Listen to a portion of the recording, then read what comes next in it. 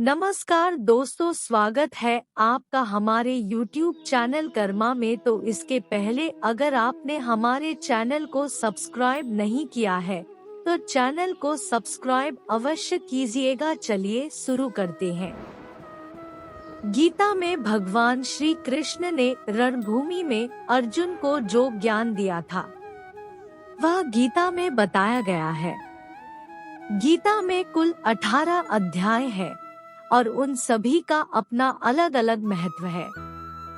आइए जानते हैं गीता के पहला अध्याय का महत्व क्या है। श्री गीता उपनिषदों का सार है। महाभारत युद्ध के समय रणभूमि में भगवान श्री कृष्ण ने अर्जुन को जो ज्ञान दिया था वह गीता में बताया गया है। गीता में ऐसी बहुत सी बातें हैं जो मनुष्य को जीवन की कई कठिनाइयों को आसान बनाती है। इतना ही नहीं, गीता पढ़ने पर मनुष्य को बहुत सी नई जानकारियां भी मिलती है। साथ ही हर अध्याय के नियमित पाठ का अपना लाभ और महत्व है। भगवान शिव ने देवी पार्वती को गीता के पहले अध्याय के पाठ का महत्व जो बताया है वही यहाँ आपके लिए प्रस्तुत है। लेकिन गीता के पहले अध्याय के महत्व को जानने से पहले जान लीजिए श्रीमद् भगवद गीता के प्रथम अध्याय की खास बातें। गीता के पहले अध्याय का नाम अर्जुन विषाद योग है। इस अध्याय में कुरुक्षेत्र के मैदान में उपस्थित बंधुओं और संबंधियों को सामने देखकर अर्जुन के मन में उठे विषाद और मनस्थिति का वर्णन किया गया है, जिसे संजय धृतराष्ट्र को बताते हैं। एक समय पार्वती जी ने पूछा है, महादेव जी, किस ज्ञान के बल पर संसार के सब लोग आपको शिव कहकर पूजते हैं? मृगछाला ओढ़े और अपने सभी अंगों में शमशान की विभूति लगाए, गले में सर्प और नर मुंडों की माला पहने हुए हो, इनमें तो कोई भी पवित्र नहीं, फिर आप किस ज्ञान से पवित्र माने जाते हैं? तब महादेव ने उत्तर दिया कि हे प्रिय, सुनो, मैं गीता ज्ञान को अपने हृदय में धारण करने से पवित्र माना जाता हूँ। इस ज्ञान से मुझे बाहर के कर्म नहीं व्यापते।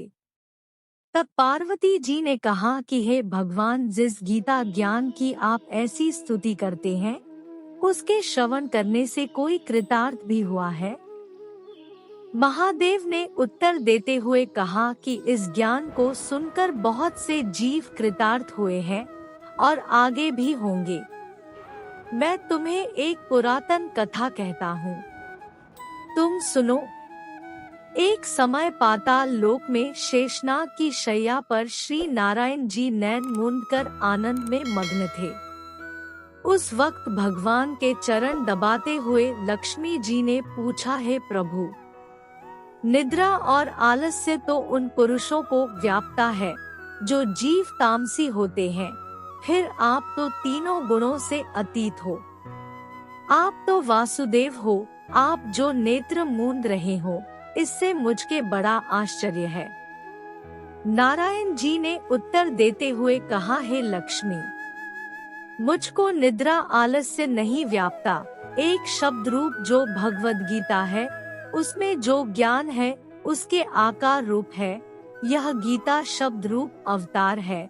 इस गीता में यह अंग है, 5 अध्याय मेरे मुख है, 10 अध्याय मेरी भुजा है, 16वां अध्याय मेरा हृदय और मन और मेरा उदर है, 17वां अध्याय मेरी जंघा है, 18वां अध्याय मेरे चरण है। गीता श्लोक ही मेरी नाड़ियां है और जो गीता के अक्षर है वो मेरा रोम है। ऐसा मेरा शब्द रूपी जो गीता ज्ञान है उसी के अर्थ मैं हृदय में विचार करता हूँ और बहुत आनंद प्राप्त होते हूँ।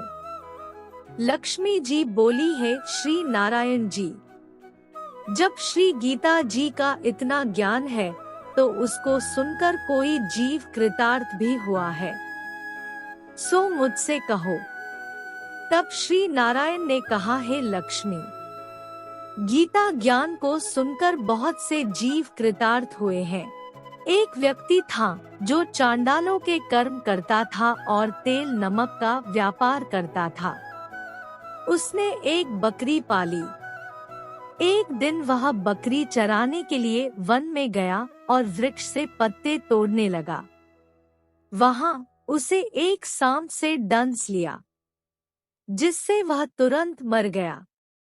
मरने के बाद उसने बहुत से नरक भोगे और फिर उसका जन्म बैल के रूप में हुआ। उस बैल को एक भिक्षुक ने मोल लिया। वह भिक्षुक उस पर चढ़कर सारे दिन मांगता फिरे।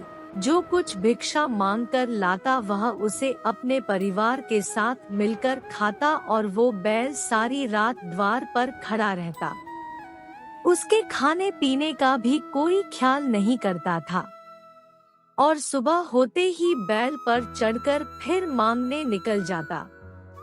जब बहुत दिन हो गए तो वह बैल भूख से गिर गया, लेकिन उसके प्राण नहीं निकले। नगर के लोगों ने देखा और उस बैल को कोई तीर्थ का फल दे तो कोई व्रत का फल दे, तब भी उस बैल के प्राण नहीं छूटे। एक दिन गणिका आई। उसने लोगों से पूछा, यह कैसी भीड़ है? तो उन्होंने कहा कि इसके प्राण नहीं निकलते, अनेक पुण्यों का फल दे रहे हैं, तो भी इसकी मुक्ति नहीं होती। तब गणिका ने कहा कि मैंने जो कर्म किया है उसका फल मैंने इस बैल को दिया है। इतना कहते ही बैल की मुक्ति हो गई। तब बैल ने एक ब्राह्मण के घर जन्म लिया। पिता ने उसका नाम सुशर्मा रखा। उसके पिता ने उसे पढ़ाया लिखाया। उसको अपने पिछले जन्म की सुध थी।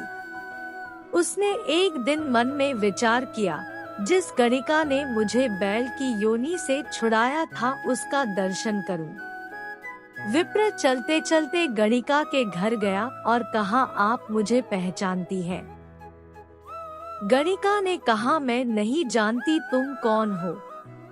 तब उसने कहा कि मैं वही बैल हूँ जिसको आपने अपने पुण्य दिए थे। तब मैं बैल की योनि से छूटा था। अब मैं विप्र के घर जन्म हूँ।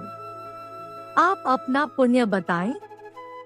गणिका ने कहा कि मैंने अपने जाने पुण्य नहीं किया, परंतु मेरे घर एक तोता है। वह रोज सवेरे कुछ पढ़ता है। मैं उसका वाक्य सुनती हूँ, उस पुण्य का फल मैंने तुम्हें दे दिया। तब विप्र ने तोते से पूछा कि तू सवेरे क्या पढ़ता है? तोते ने कहा, मैं पिछले जन्म में विप्र का पुत्र था।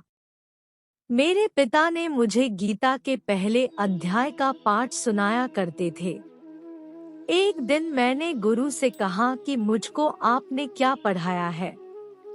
तब गुरुजी ने मुझे शाप दिया कि तू तोता बन जा। इसके बाद से मैं तोता बन गया। एक दिन बहेलिया मुझे पकड़ ले आया और एक विप्र ने मुझे मोल ले लिया। वह विप्र भी अपने पुत्र को गीता का पाठ सिखाता था। तब मैंने भी यह पाठ सीख लिया।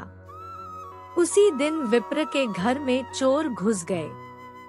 उन्हें धन तो प्राप्त नहीं हुआ, लेकिन वह मेरा पिंजरा उठा ले आए। उनकी यह गणिका मित्र थी।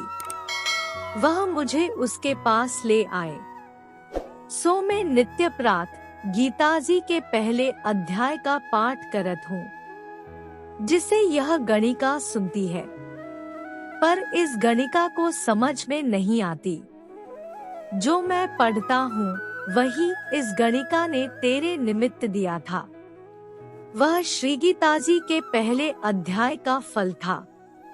तब विप्र ने कहा कि हे तोते, तू भी विप्र है, मेरे आशीर्वाद से तेरा कल्याण हो। सो है लक्ष्मी। विप्र के इतना कहते ही वह तोता भी मुक्ति को प्राप्त हो गया।